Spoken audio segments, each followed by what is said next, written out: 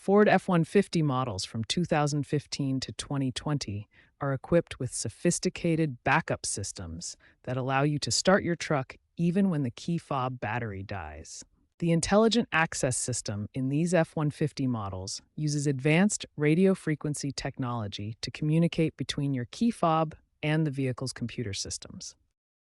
The system operates using multiple radio frequencies. It uses 315 or 433 megahertz for long-range communication, 125 kilohertz for proximity detection, and RFID chip technology for secure authentication.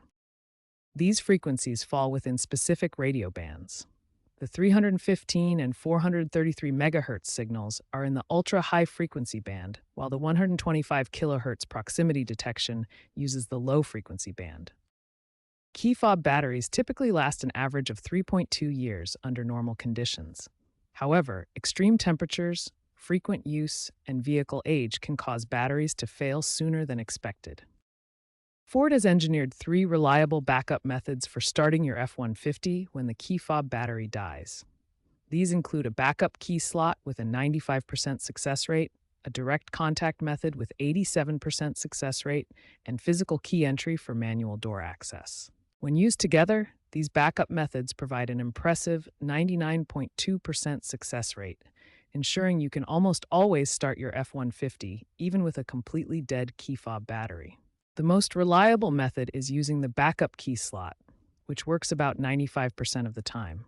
This hidden feature is located in your center console cup holder area. If the backup slot doesn't work, try the direct contact method. Hold your key fob directly against the start button with the Ford logo facing the button. As a final option, you can use the physical backup key hidden inside your key fob. First, extract the metal key blade, then use it to unlock your driver's door. When used together, these 3 backup methods have a combined success rate of over 99%. Always try the backup slot method first, as it's the most reliable option for starting your F-150 with a dead key fob.